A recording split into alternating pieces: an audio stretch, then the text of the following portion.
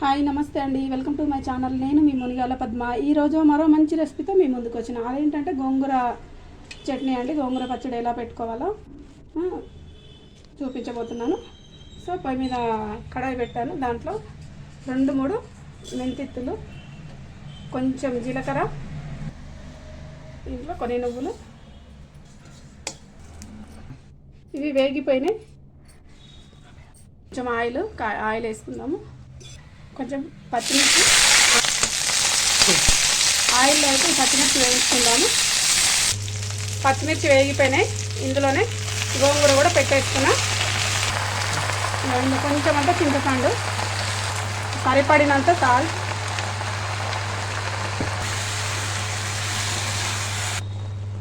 Already మగ్గిపోయింది. ఇంకా కొంచెం సేపు ఉండాలి.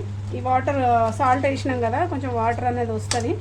సో ఫ్రెష్ది కదా ఆకు. ఊరు నుండి మా ఫ్రెండ్స్ వచ్చారు. సో వాళ్ళకి తోట ఉందన్నమాట, వాళ్ళు తీసుకొచ్చారు. ఆల్మోస్ట్ కంప్లీట్ అయినట్టే. ఇది మిక్సీ పట్టేద్దాము. మరి ఇప్పుడు ఇది స్టవ్ ఆఫ్ చేశాను. కొంచెం చల్లారనిద్దాం. చల్లారిన తర్వాత ఇది మిక్సీ పట్టేసుకుందాం మనం. ఓకే, ఇది చల్లారిపోయింది. నువ్వులు కూడా మిక్సీ పట్టేసాము. జీలకర్ర, నువ్వులు, మెంతులు. సో ఇది కూడా అందులోనే వేసేసి పట్టేద్దాము. ఇప్పుడు వెల్లుల్లి,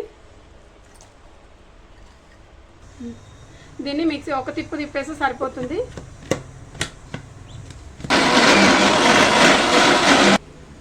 ఓకే, నలిగిపోయింది. ఇప్పుడు తాలింపు వేద్దాం మనం. స్టవ్ పెట్టి ఇప్పుడు ఆయిల్ వేసేసుకుందాము. దాంట్లో సరిపడంత ఆయిల్ వేసాను. ఆవాలు, వెల్లుల్లి, ఎండుమిర్చి, కరివేపాకు, పసుపు, ఇంగువ,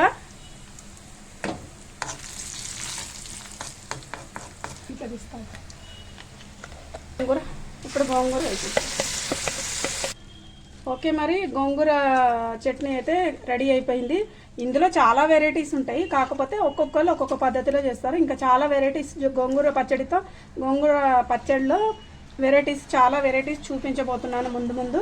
సో ఇప్పుడు అందులో ఇదొక వెరైటీ అనమాట. పచ్చిమిర్చి ఈ టైపు, ఇది వేరే. సో మీకు నచ్చితే కనుక మీరు కూడా ట్రై చేయండి. మరి ట్రై చేసి మీకు ఎలా కుదిరిందో నాకైతే కామెంట్లో అయితే కంపల్సరీగా కామెంట్ పెట్టండి. సో మరి మీకు నచ్చితే ఓకే, మరి మరో మంచి రెసిపీతో నేను మీ ముందుంటా. ఓకే అండి, లైక్ అండ్ సబ్స్క్రైబ్, షేర్ చేయండి. బాయ్ అండి. మరో మంచి రెసిపీతో నేను మీ ముందుంటా. మీ మునిగాల పద్మ. బాయ్.